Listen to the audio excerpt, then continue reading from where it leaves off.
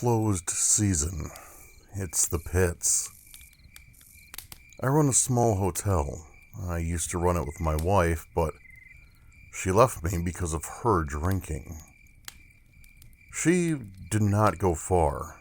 I see her in the local bar sometimes, sitting alone, hunched over a bottle, sometimes with her arm around a stranger. It hurts seeing her like that, but there's nothing I can do.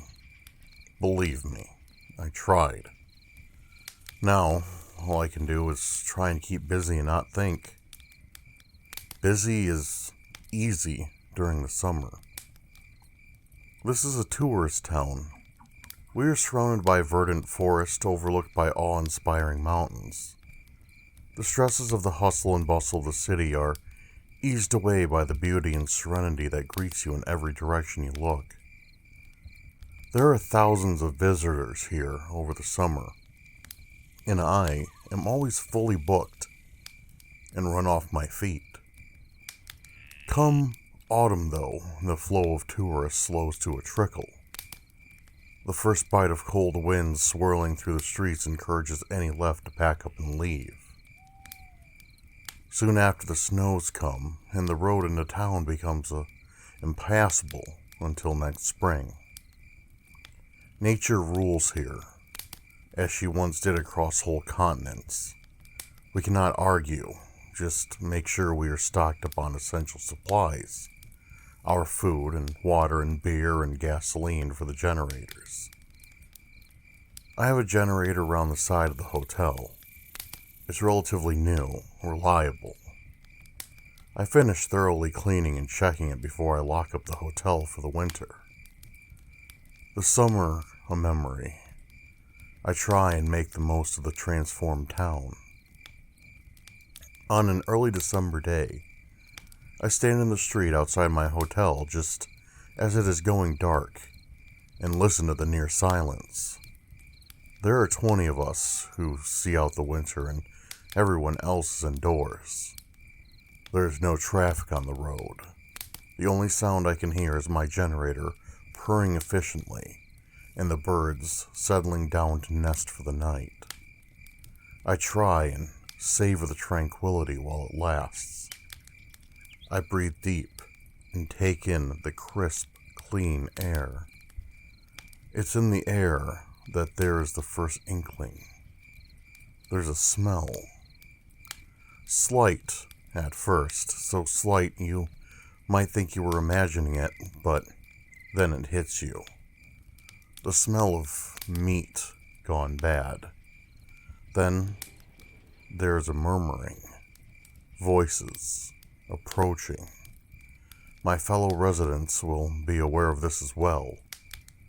The lights in their homes click off, one by one, leaving each in darkness behind drawn curtains. Only the streetlights remain. The birds have fallen silent. My heart is beating faster by now. It is cold outside, but colder deep within me. I will never get used to the fear that comes with this moment, or the terror that will linger for the months to come. The first of them appear. There are holes in their clothes through which you can see the holes in their skin, the bones below. There's an urgency to their shuffling gait, and soon they are congregating around the streetlights, their faces turned up to them, their hands reaching out. I step silently as I can back into the hotel and extinguish the lights inside. I walk along now dark corridors and swing open the doors to the largest room in the hotel. Go inside and flick a switch. I did not close the front door of the hotel behind me, and within minutes I can smell them, hear their murmuring. I make my way to the far end of the room, wait by the smaller door there, holding it open, ready to flee. They file in, begin to fill the room until there are 100 or more, all crammed in. They stand gazing upwards, hands raised in a kind of reverie. some sway, some jerk and twitch. The object of their attention, the thing that has drawn them here, the disco ball in the center of the ballroom ceiling. It spins, casting out glittering light, bathing the room in speckles of red, green, blue, and silver. They are transfixed. I make my exit, hurry up to the second floor, which I have once again converted for the winter months into a compound. I have supplies, chemical toilets, doors reinforced with steel and bolted firm. They come every winter and they stay, as long as the generator keeps going and the disco ball keeps spinning. Why do we put up with it? Why do we stay? Speaking for myself, for my wife, for the hope that she will come back to me, and because in early March a day will come when I can see the snow melting. I will crack open my window and feel the fresh air on my face. I will hear the birds singing again. It's then I know it's safe to leave my second floor compound. I walk down through the hotel. There's usually a little damage, scrape marks on the walls. These can be painted over. Cracked window panes, easy to replace. I head into the ballroom, look through the open doors. The disco ball is still. The generator has run out of fuel, and the room is empty. They have left us until next winter. I go get my long broom and begin to sweep the ballroom floor. I sweep it all up and put it in a holdall. When in the next few weeks I drive down to the neighboring town, and after I loaded up on fresh supplies for preparing for the first guest of the year, I will pay a visit to the pawn shop and empty out my holdall and cash in my findings. The dented coins, the rings, pendants, bracelets, gold teeth. The things they left behind as an offering in return for a winter, a sparkling light.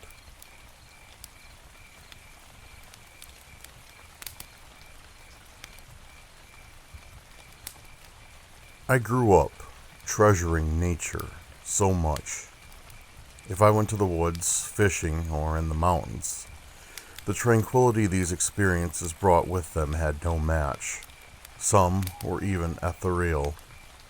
I could feel Mother Nature living and breathing, always ensuring I had everything I needed while stepping on its rich grounds.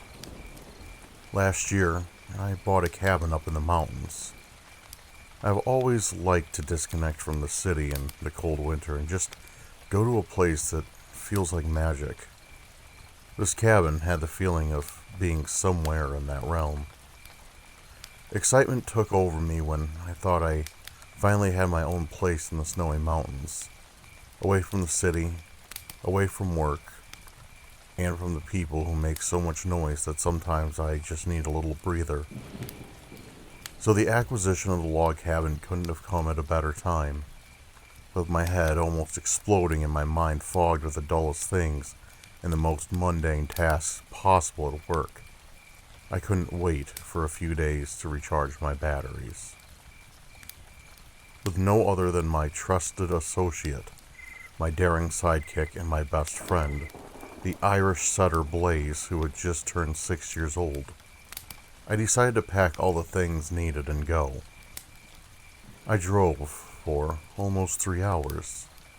The trees hung heavy with snow and the flakes fell slowly on the ground. I felt like being in a fairy tale. A vastness of white that conquered all the old land for miles and miles in front of my eyes. I stopped the car somewhere along the way to get fresh water from a spring that ran through the frozen woods. The sight was a spectacle, and I couldn't help but drink. It was so cold I felt my chest turning to ice. Yet, it was so refreshing. So, I took a few gallons with me for the cabin so Blaze and I wouldn't get dehydrated. I reached the cabin in the afternoon. The temperatures began dropping as nightfall approached. I had maybe 2 hours tops of daylight. I parked the car, took the supplies and food inside, turned on the generator, grabbed some firewood, and threw it into the fireplace. I poured some gasoline over, and the flame engulfed the logs. After that, I began shoveling the snow on the front porch and around the house. I also took my hunting rifle because I thought a rabbit stew wouldn't hurt anyone. I always liked it, and Blaze liked it too. Time passed quickly enough, and after finishing all the chores, the time came to go inside and make some food. I had some canned dog food for Blaze, and as I felt my stomach growling, the mouth-watering image of sausage and eggs on toast came to mind. I lit some candles to make the ambiance more pleasant. I also turned on a lantern, and everything seemed to be perfect. Night fell over the isolated cabin, and the winter winds howled outside over the infinite blanket of snow. Shadows danced on the walls like little devils.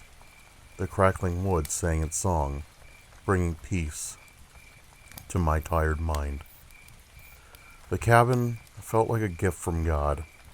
I had no television to distract me and didn't check the internet. I only kept my cell phone with me as a precautionary measure because accidents could have happened. Even though the reception had been pretty bad, I was still allowed to call 911. After finishing eating, I enjoyed a beer and a book. I fell asleep in an instant. Poof. Just like that. The fresh air has had this effect on me ever since I was a kid. The book fell from my lap and thudded on the floor. I instantly jolted awake and saw Blaze looking at the door. He stood still, mildly growling. "What's wrong, boy?" I asked. I could see he was trembling both with anger and fear. He began nervously barking. I had never seen him like that before. Outside in the howling wintry winds, I had heard some sort of static sound combined with a low gurgling sound. It was as if someone was zapping through a broken TV where one channel was just annoying static and the next was unspeakable monsters raging. I peeked outside and saw nothing. Then I grabbed my rifle and wanted to open the door and check it out in person. Yet Blaze wouldn't let me do that. Instead, he stood before the door, barking at me this time. Whatever roamed outside, Blaze felt it necessary to let me know if I went there. I would have only found death. "What the hell is out there?" I whispered to myself. I glanced outside the window again and thought I saw a shadowy figure looking at the cabin. It looked back and then went out of sight. Blaze barked as loud as his lungs could take it. "Blaze! Come here, boy. Get here now," I called him. The only weak point was the windows. If whatever was outside wanted to jump through like a beast, I said, let it have it. I would have put 2 bullets between its eyes in seconds. Blaze would probably eaten the whole thing in one big fat meal. The static and gurgling sounds never ceased, even though the creature had vanished. I rechecked the window. Nothing. I only heard those damn sounds. After a while, a large band came from the door. And then it came again, repeatedly. It shook, and I got my gun ready to shoot. If that door had fallen, the death of whatever was on the side would have been swift. "Hey man, open up. These things outside will kill me, please," the voice of a scared man said. He kept banging on the door, as if his life depended on it, and it did. If I didn't act fast, the poor man would have been mauled to death by whatever beast roamed the old mountain. "Hold up, I'm coming," I cried. I had to help that poor man. He was probably lost, scared, alone, and dehydrated. Blaze jumped in front of the door. He barked at me again, pushing me back. Something was wrong if he did that. "Come on, man. Just open the door already, will ya?" He banged again. Blaze kept on barking violently. "No, hoss, no can do," I replied, understanding that this was something else, not a man. I trusted Blaze more than I trusted myself. He was one brave and intelligent dog, a true friend and companion. The beast howled, and I heard its voice changing as it drowned. It coughed, it spat, and I thought it was asphyxiating. "Sweetie, can you please open up for Mama? I have a gift for you. It took me so long to find you, and I want to give it to you," my mother's voice said. "What the?" I said. I almost dropped the rifle from my hands. My mom died when I was just a kid, and except for her warm smile, the voice was the only other thing I remembered about her. Then, banging noises came from around the house as if the number of creatures outside had grown exponentially. I had gone there, expecting to find paradise and solitude, but it turns out hell had frozen over in that exact place. Nothing natural and of this world could have made those noises and then mimicked my dead mother's voice. Again, I checked the situation outside. The shadowy creatures had grown in numbers. I counted 12 of them.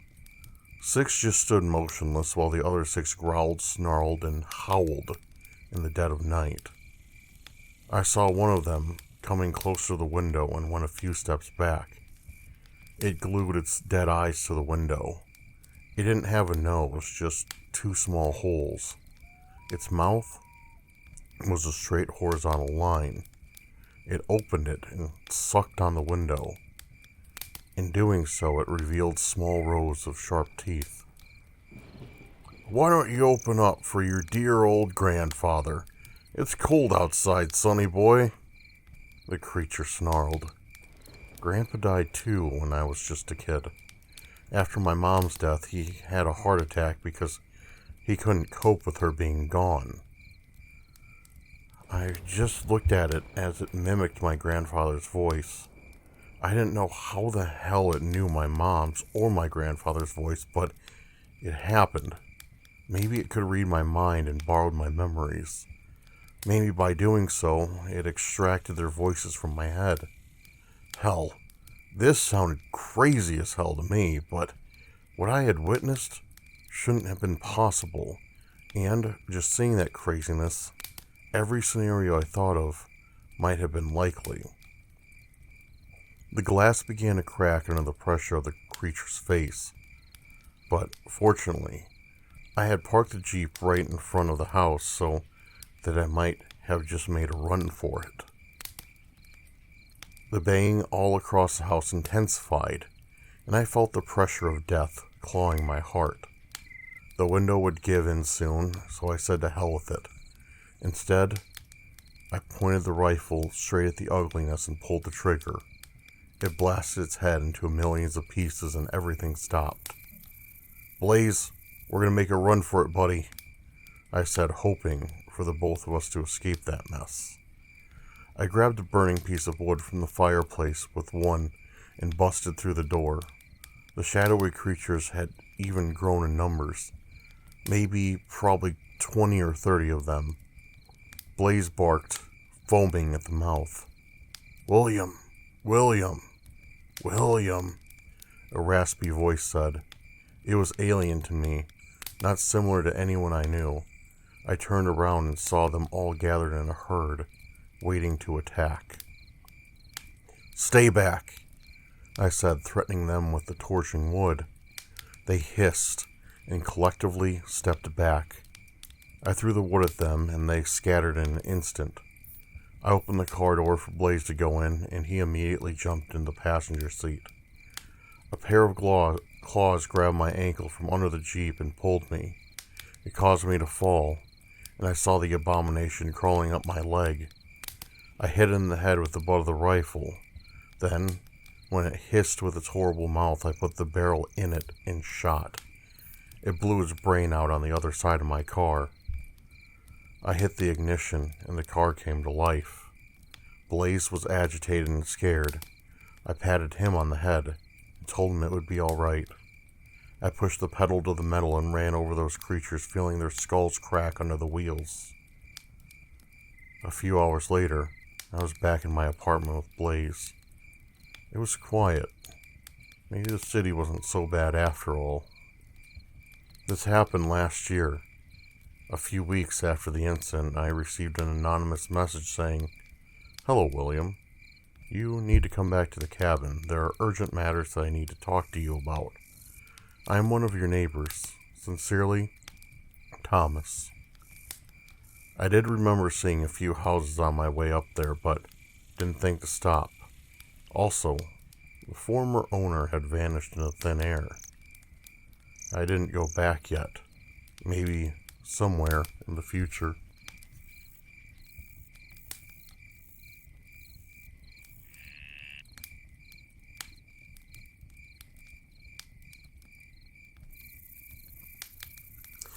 I'm a seasonal caretaker at a national park in Alaska.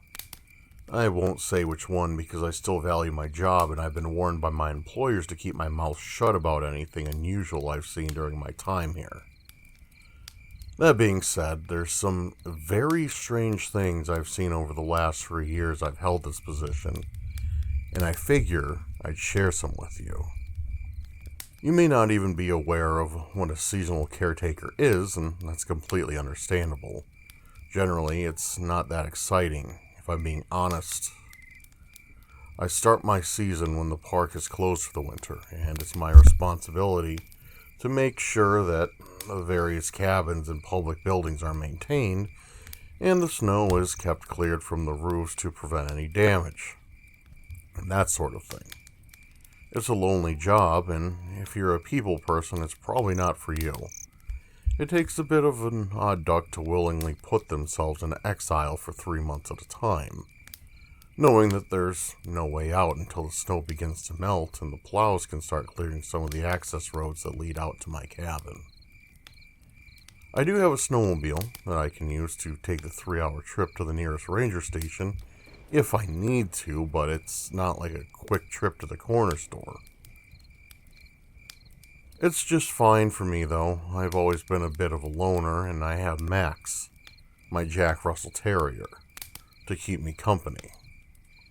This job isn't very demanding. I typically only spend a few days each week tending to my responsibilities, and the rest of the time is mine to do with as I please.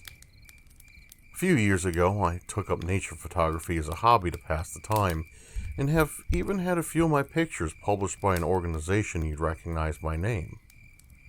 I have framed copies of those magazines hanging on the wall behind me right now, as a matter of fact. A lot of people come through this park during the more temperate months. It's probably one of the most popular places for outdoorsy folk to come explore in this region of Alaska. In the winter months, however, it's completely deserted except for a few lonely ranger stations and the like. I'll go for weeks at a time without seeing a soul, and the only person I speak with any regularity is my ranger buddy. We'll call him Rick, who I check in with a few times a week on the radio. Aside from that, it's just me and Max. I'm not sure how best to go about telling you about some of the things I've seen up here in the dark. Frozen days of winter, so I'll just dive right in and tell you about the shades. At least, that's what I call them when I'm talking to myself. I have no idea what they really are, but when the winter storms are blowing against my shuttered cabin windows and the visibility in the snow and dim light is next to nothing, you'll see them. It's almost like looking at someone moving behind a pane of frosted glass, all indistinct and shadowy. At first, I just thought my mind was playing tricks on me, finding patterns in the chaotic static of all that falling snow. But then I started to hear them as well. Like murmurings, just loud enough to hear over the howl of the wind, but too quiet to recognize them as any sort of intelligent speech. It's enough to set you on edge, I can tell you that much. They tend to only show up during a heavy snowstorm, and the fiercer the storm, the closer they'll come to the cabin. It's gotten to the point where I'll make sure I've locked my doors and windows long before nightfall, if I know there's a storm coming. One time, during an especially nasty blizzard, I could actually hear them moving all around my cabin, like some sort of nightmare parade. That night was bad. At one point, I actually saw and heard the doorknob on my front door turning, all slow and deliberate, accompanied by what sounded like soft scratching at the wooden surface. The worst of it, and I will swear on a stack of Bibles that it's the truth, was the faint whispering voice that kept calling my name just on the other side of the door.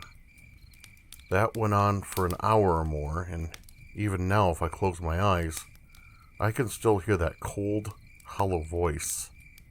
It's what I would imagine a person would sound like if their soul was ripped from their body. I suppose I'm being a little overly dramatic, but it's the only way I can describe it. Alive, but also lifeless. I don't know a better way to explain it. No reason to dwell on it, I guess. I will say that I'm not sure what would have happened if I hadn't remembered to throw that deadbolt that night. But I'm not interested in finding out. Just thinking about it makes me nervous. I mentioned it to Rick the next day, after the storm that had quieted, when I could get a radio signal out. I expected him to laugh at me for letting myself get all spooked by the dark, but he didn't. He very calmly and firmly told me that it was better not to talk about them at all, and just make sure I kept myself locked up nice and tight when the heavy snowstorms came. I tried to prod him for more information, but he just refused to elaborate any further. The only thing he would add was that not everything sleeps when winter comes on up here. I have to admit, he creeped me out more than a little bit with that zinger. He definitely knows something about them, and I'm not trying to pin him down one day and get more information. The next thing on the list was the car graveyard. I kid you not, if you explore far enough off the beaten trail out here, chances are pretty good you'll find one. A car or truck just inexplicably deposited in the middle of the backwater Alaska. Like that makes any sense at all. The first one I ever saw was an early 2000s BMW coupe, looking like it was just off the showroom floor, except for the fact that half of it was embedded in an old spruce that had probably stood there since before cars even existed. It almost looked like the tree had grown around the car, or maybe the car had interposed into the tree. I don't know how it's possible, I just know that it was there. I've seen a few of them during my time here. Sometimes trapped in the trees like that BMW, and sometimes just sitting in the middle of an open space of ground. Every one of them looked like they were fresh off the road, and none of them had any logical way they could have gotten out here, even without the whole stuck in the tree part. The most unnerving thing about the cars, though, is the clothing. I've stopped looking and just tend to avoid going anywhere near one if I see it. But the first time I saw one, my curiosity led me to check it out. I tried to open the doors, but they were all locked. When I looked in through the windows, though, I saw the damnedest thing. In the front seats, it looked like someone had laid out clothes. Pants, shirts, socks, shoes, the whole deal, and strapped the seatbelts around them. It was like the people in the car had just vanished in mid-drive, leaving their clothes behind just the way they'd been wearing them. Eerie is one word for it, but if I'm being honest, scared the crap out of me. The other thing about the car is that you won't find the same one twice. When I saw that first BMW, I came back out the next day with my camera to take a picture of it, but it wasn't there anymore. I thought I'd simply forgotten where it was or that I'd gotten turned around, but when I saw my boot print in the snow from the day before, I knew I was in the right spot. I tried to report this to the Rangers as well, but Rick told me they wouldn't even send anyone out to investigate them anymore. By the time anyone got there, they'd be gone. Apparently, reports of this sort of thing have been coming in periodically over the last 20 or 30 years, and nobody knows anything about them. He did tell me that one of the Rangers had found one once, a school bus from Texas, if you can believe that. In each of the rows of seats were piles of empty clothes, with the exception of the driver. The Ranger that found it said that the driver was sort of there, but not really. Almost like a blurry hologram frozen in time. He said that the driver, an elderly man, looked like he was frozen in some terrified scream, all wide-eyed and gaping mouth. The Ranger tried to get into the bus using the rear emergency door, but when he got the door open, a loud buzzing sound filled his ears, and a high-frequency vibration ran through his body like an electric shock. He said the closer he got, the more intense the sound and sensation became. Before he could even take a step inside the bus, it grew so strong, he thought he was going to pass out. The best he could describe it was like when you have two strong opposing magnets that you're trying to push together. The more you push, the stronger the resistance becomes. He said it was almost like the universe was somehow keeping him out of that bus, like he didn't belong in it. He stumbled away from it and spent the next day in bed, sicker than a dog. When he came back out a few days later with some other Rangers, the bus was gone. I can't really speak for the buzzing and vibrating personally, I just know that I avoid them whenever I see them. They're just not right. The last thing I'll tell you about today is the bridge. About a mile or so away from my cabin, along a maintained footpath, there's a rope bridge that crosses a deep ravine. To the side of it, there's a bit of rock jutting out that's used as kind of an observation point. You know what I mean, where hikers will stop and take selfies along their trek to post to Facebook or Twitter or whatever.